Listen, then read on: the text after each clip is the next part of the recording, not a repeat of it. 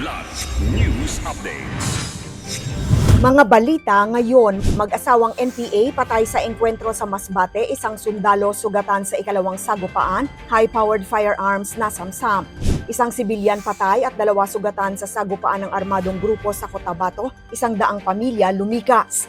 430 million pesos na halaga ng iligal na sigarilyo, 3 araw winasak ng Bureau of Customs sa Bulacan. Ako po si Cesar Soriano para ihatid ang nangungunang mga balita sa buong kapuluan ngayon.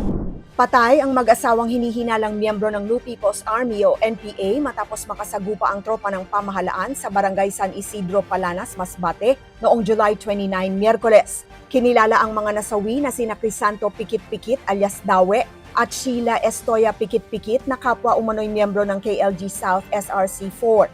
Nasamsam sa lugar ang 4 na high-powered firearms, kabilang ang M16 rifle, 14 long magazines, 5 short magazines at iba pang kagamitang pandigma. Makalipas ang ilang oras, muling nakasagupa ng militar ang isa pang armadong grupo sa Barangay Libtong, Kataingan at isang sundalo ang nasugatan.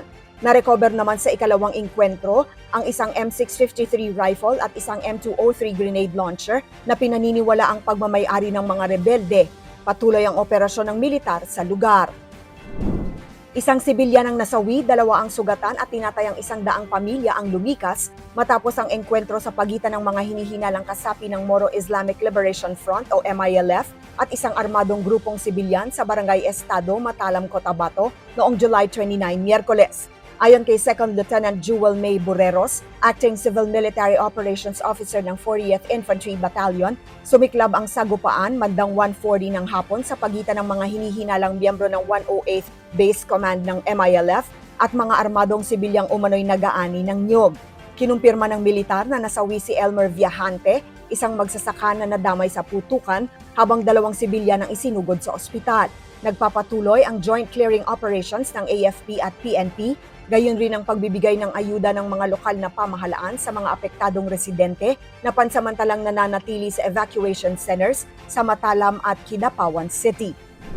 Sinira ng Bureau of Customs o BOC Port of Subic ang nasa 40 na abandonadong shipping containers na naglalaman ng iba't ibang brand ng iligal na sigarilyo na nagkakahalaga ng humigit kumulang 430 million pesos na nagsimula noong July 28 at nagtapos noong July 30.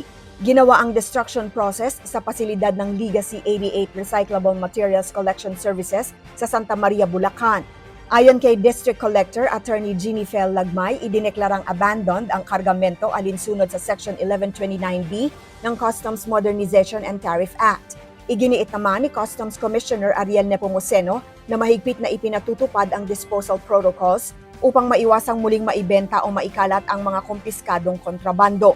Binantayan ng BIR, National Tobacco Administration, Bureau of Plant Industry at iba pang ahensya ang operasyon upang matiyak ang maayos at transparent na pagsira sa mga iligal na produkto. Para sa Kidlat News Channel, ako si Rosalyn Sinchonco, nag-uulat. Ako po si Cesar Soriano, kasama nyo sa bawat pagputo ng balita.